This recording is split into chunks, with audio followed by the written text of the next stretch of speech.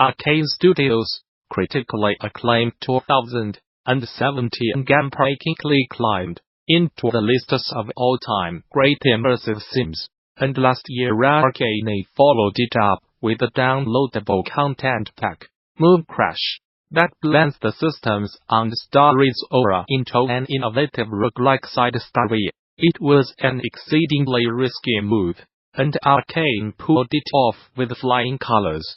If you want to see how they did it, come out to THEGAME Developers Conference in March, and enjoy a rare, behind-the-scenes look at the making of FMONCRAS stage.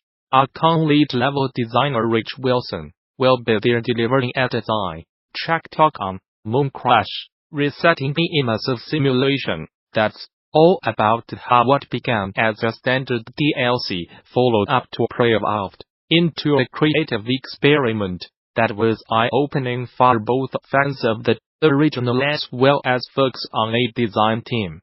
Not only does Mooncrash have roguelike elements and multiple playable characters to the formula, but it abandons the traditional linear narrative structure. In this talk, Wilson dissects the unusual project to extract common themes, like what it takes to motivate a team to break from, what you can learn by dismantling your existing mechanics, and how you can integrate the genres into your game to breathe life into it.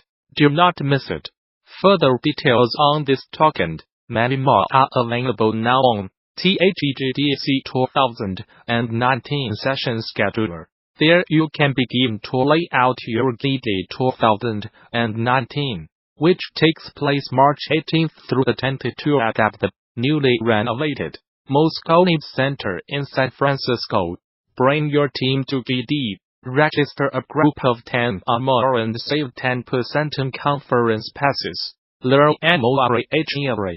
For more details on GDC 2019, visit the show's official website, or subscribe to regular updates via Facebook, Twitter, OS, Gamasutra and GD are sibling organizations under parent company Informa.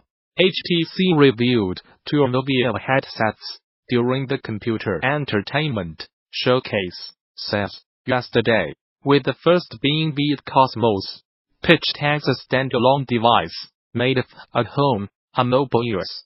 The Cosmos seems to be HTC's effort to develop a consumer Fadusida headset to rival the Oculus Quest, promising to offer absolute comfort, easy setup, and will require no external tracking. HTC said in a press release that it will have the capability to be powered by more than a traditional gaming PC, although it's still pretty vague as to what that means. A teaser video shows the Cosmos next to a smartphone, indicating that the headset could potentially expand to platforms outside the PC. While there is currently no information about how much the headset will cost, what its full capabilities are, and when it will be released, HTC said it would be coming soon, with development kits to be offered sometime in early 2019. The official page for the Cosmos shows a type of controller, foregoing the traditional wand style, and trackpads with a joystick and buttons instead. HTC's second headset, the Vive Pro I, is similar to the Cosmos with its dual front-facing cameras, but stands out by including the tracking tech. Niantic announced its Beyond Reality Developer Contest earlier today, and is encouraging devs to enter and create a game using the studio as a real-world platform for a chance at a prize pool of more than $1 million. This could be a good opportunity for developers interested in using a new tool to create projects, and the chance at earning a stipend and showing their work at a demo day hosted by Niantic. As explained in a blog post, the studio is seeking a team composition of at least 5 developers with experience in Unity and Java server development. In terms of product, the possibilities are endless. Our definition of games is pretty expansive. So if you have an idea that bridges gaming and other areas like physical activity, social, travel or shopping, please feel free to submit. The post raise. A select group of 10 teams will earn a stipend and access to the Niantic real-world platform, and finalists will work for a 3-month period, with the goal of showing off their work at a demo day in San Francisco. In addition to regular guidance and discussion from the Niantic engineering team, finalists will be brought to the San Francisco Bay Area to meet with executives and lay the groundwork for the work to come. Interested developers are encouraged to apply through Niantic's contest site and field any further questions to that. Email protected. Netflix has just dropped a special interactive installment of Black Mirror to give us all a bleak reality check, as we try to forget about the crushing weight of existence during the holidays. Dubbed Bandersnatch, the Christmas episode is notable for being a choose-your-own adventure affair that invites viewers to make choices, like the one in the clip above. As the story progresses, the gamification of more traditional media is a concept Netflix has been playing with for a while, with the streaming giant having already released similar shows for children such as the recently launched Minecraft Story Mode.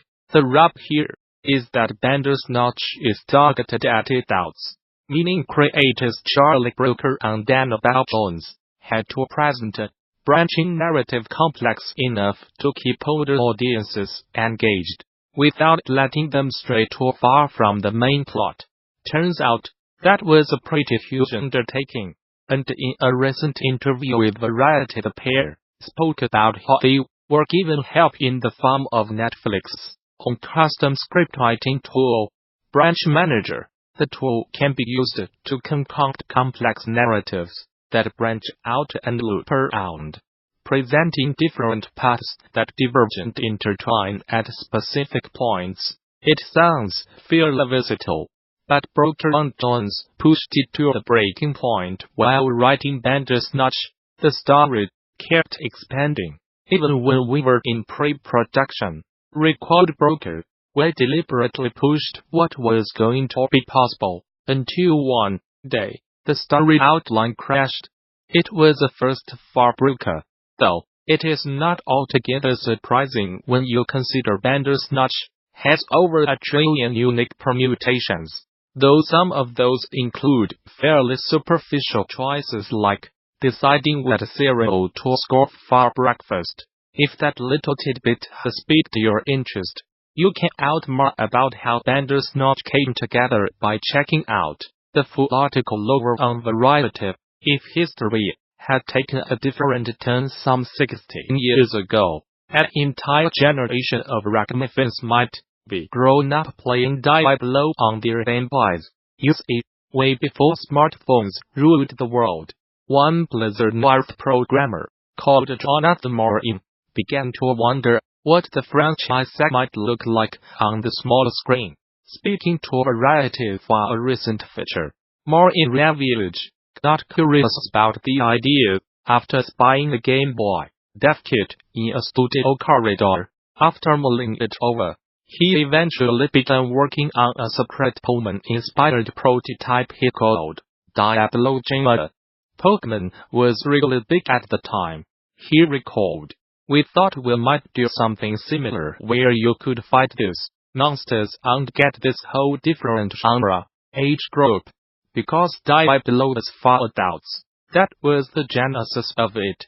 After around 6 months of covert development, he eventually got a demo running on the original Game Boy, and had enough in place to show a character walking around the world. In terms of the gameplay, Morin's small team were debating whether to try and preserve the series' signature hack and slash elements, or follow in Pokemon's footsteps, and take a turn-based approach. Unfortunately though, they never got any further than that. Managerial changes and new owners killed the project before it did even begun to truly take shape. But with the launch of Diablo Immortal, the franchise's smartphone debut imminent, more in-app battle events was probably ahead of the curve.